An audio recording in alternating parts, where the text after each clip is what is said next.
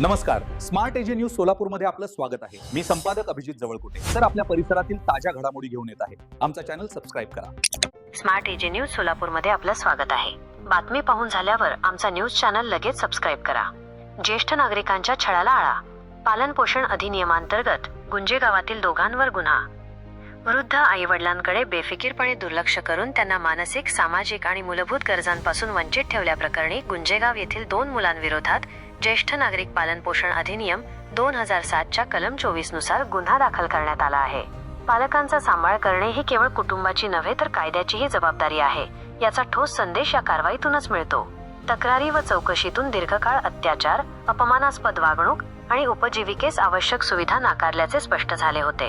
तक्रारदार वृद्ध दाम्पत्याने अनेक वेळा न्याय मागूनही सुधारणा न झाल्याने पोलिसांनी कठोर भूमिका घेत आरोपी मुलांविरुद्ध गुन्हा नोंदविला। वृद्ध नागरिकांच्या सन्मान व सुरक्षेला बाधा आणणाऱ्या कोणत्याही प्रकाराशी तडजोड केली जाणार नाही।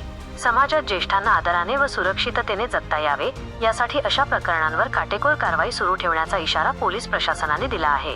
ही कारवाई समाजाला जबाबदारीचे भान देणारी ठरली आहे।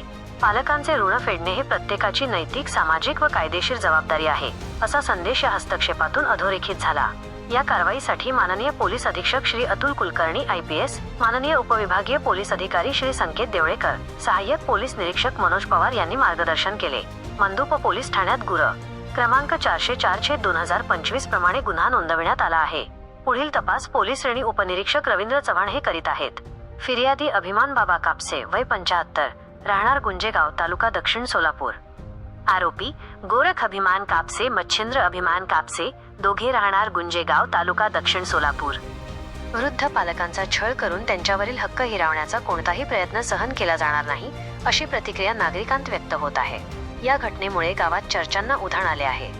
स्मार्ट एजे न्यूज सोलापूरवर अपडेट राहण्यासाठी आमच्या चॅनलला लाईक, शेअर आणि सबस्क्राइब करा। बातमी व जाहिरातीसाठी संपर्क करा संपादक अभिजित जवळकोटे सर।